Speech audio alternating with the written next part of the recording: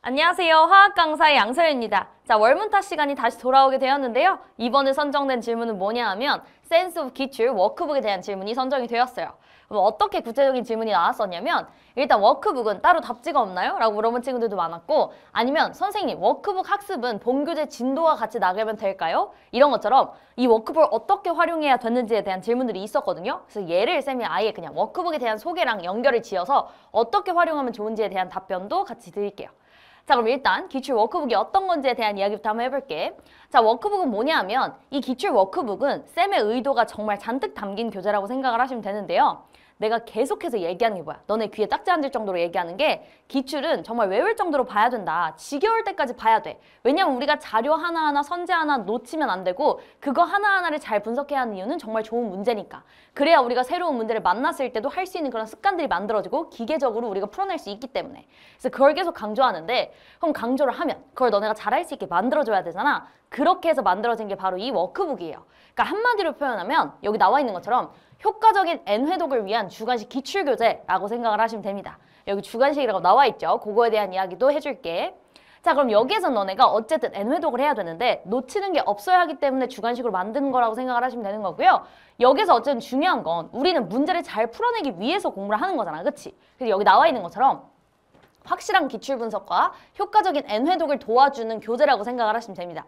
아마 쌤 기출 커리를 듣고 있는 친구들은 이미 워크북의 존재를 알고 있을 거야. 기출 본책과 함께 워크북이 똑같이 나가게 되는데 안에 구성을 보면 문항이랑 다 똑같이 들어가 있어요. 근데 어떤 게 가장 큰 차이냐? 우리 기출 문제는 객관식으로 주어져 있는 거 알지 얘들아? 근데 그걸 쌤이 하나하나 다 뜯었어. 그래서 주관식의 형태로 바꿨습니다.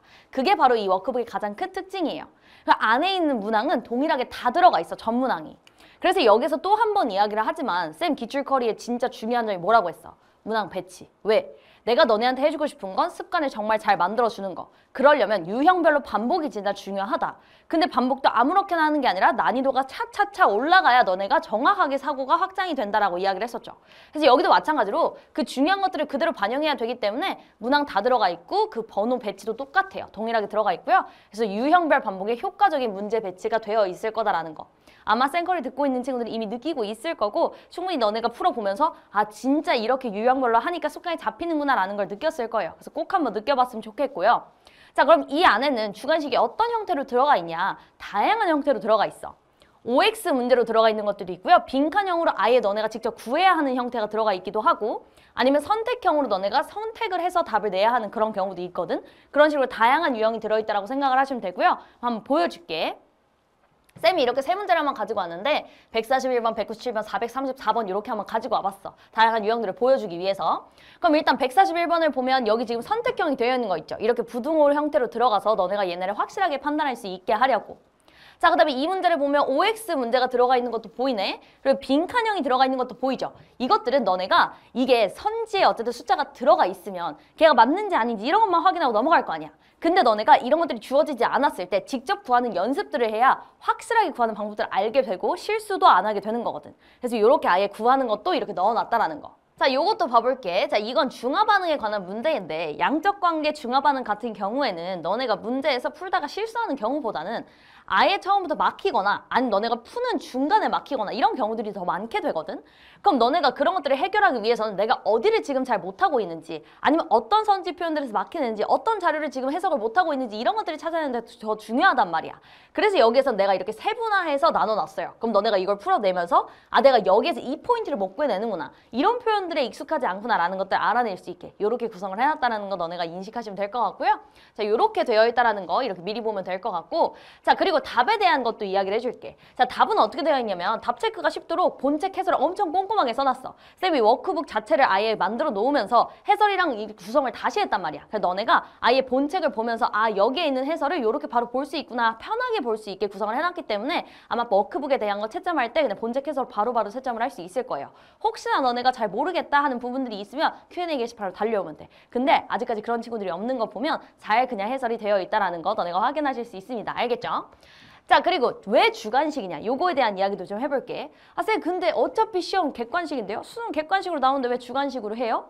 얘들아 오버해서 공부해야 되니까 그치? 오버해서 공부해야 돼. 너네가 더 공부를 열심히 해놔야 거기에서 착착착착 풀어낼 수가 있게 되는 거야. 사실 우리 시험장에서는 너네가 얘가 맞고 틀리는지 이것만 여부를 확인하고 딱 넘겨버리면 되는 거죠. 우린 답만 맞추면 되니까. 자, 근데 우리가 그걸 잘 하기 위해서 지금 대비로 공부를 하고 있는 거잖아. 그럼 공부할 때는 이게 왜 맞았는지 왜 틀렸는지를 확실하게 알고 있어야 시험장에서 그걸 빠르게 체크하고 넘어갈 수 있다는 거예요. 그치? 그렇게 하기 위해서 우리가 주관식으로 해놓는 거야. 왜? 그렇게 꼼꼼하게 공부하는 데는 주관식만 한 게 없거든. 그래서 이렇게 하나하나 찢어놨다라고 생각을 하시면 되는 거고요. 여기서 어쨌든 중요한 건 행동 습관이야. 너네가 각 문제에서 각 자료에서 너네가 이런 것들을 봤을 때 어떤 습관대로 문제를 풀어나갈지 이런 것들이 중요하기 때문에 그렇게 정확한 기출 분석을 하기 위해서 행동 습관을 잡기 위해서 이렇게 주관식 형태로 만들었다라고 생각을 하시면 되는 거고요. 그리고 또 있어. 자, 너네가 이제 기출 문제를 풀 때 어쨌든 문제를 풀어내면서 공부를 할 때 문제풀이 공부를 할 때 문제점이 생겨. 너네가 의도하고 내가 나 일부러 그러는 거야 라고 하는 거 아닌 거 아는데요. 어떤 경우들이 생기냐면 여기 나와 있어. 하나하나 볼게. 선지를 끼워 맞추는 거야. 문제를 푸는데 약간 잘 모르겠어. 그럼 이제 밑에 봐. 이 선지를 한번 넣어볼까? 했는데 문제가 풀려. 그러면 그거를 그냥 맞았다고 인식하고 다시 안 보는 경우. 아니면 선지를 건너뛰고 답 골라. 뭐 예를 들면 얘 선지가 맞고 얘가 틀렸는데 디귿 선지 잘 모르겠어. 근데 그 답 구성이 되는 게 하나밖에 없네? 그럼 그거 찍고 그냥 넘어가고 디귿 선지 안 보는 경우. 요거에 대한 것들은 아예 와닿게 뒤에서 보여줄게. 아니면 찍는 거. 찍고 다시 안 보잖아. 그치? 그런 경우. 아니면 계산 실수를 했는데 이건 나 실수야. 나 이건 원래 안 틀릴 건데 그냥 진짜 실수했어. 하고 다시 안 보는 경우. 아니면 옳지 않은 선지의 이유를 안 찾고 그냥 넘기는 거야. 아는 건 알겠어. 왜 아닌지 모르겠네? 근데 이런 것들을 다 정확하게 하고 너네가 다시 되돌아와서 오답을 하고 이런 식의 과정을 거쳐야만 너네가 확실하게 공부를 했다라고 할 수 있는데 생각보다 그런 친구들 많이 없을 거야. 들으면서 약간 난데? 찔리는데? 이런 친구들 많을 거라고요. 대부분이 그럴 거야. 나도 수험생활을 해봤잖아. 그치? 이런 경우들이 생기는 이유는 너네가 잘하고 싶으니까. 왠지 이 교재에 동그라미 맞았다는 표시가 많으면 내가 잘하는 것 같거든. 근데 얘들아 내가 늘 말하는 게 많이 틀려봐야 돼. 많이 틀려보고 많이 오답해보고 많이 선지들을 분석해봐야지 너네가 실력이 느는 거기 때문에 나는 늘 얘들아 그냥 많이 틀려봐라는 이야기를 하거든. 그러니까 괜히 이렇게 찍거나 그냥 맞은 척하고 넘어가지 말고 정확하게 하자라는 이야기야. 조금이라도 모르겠으면 다 체크를 해놓고. 그래서 그런 것들 잘 해내게 하기 위해서 이렇게 주관식 형태로 만들었다라고 보시면 돼요. 이런 것들을 미리 방지하는 거지 내가. 알겠지? 와닿게 한번 예를 들어볼게. 약간 이런 거야. 이런 문제가 나와 있는데 답이 1번이에요. 그럼 너네가 봐봐. 기억이 아닌 거 알아. 니은은 맞네?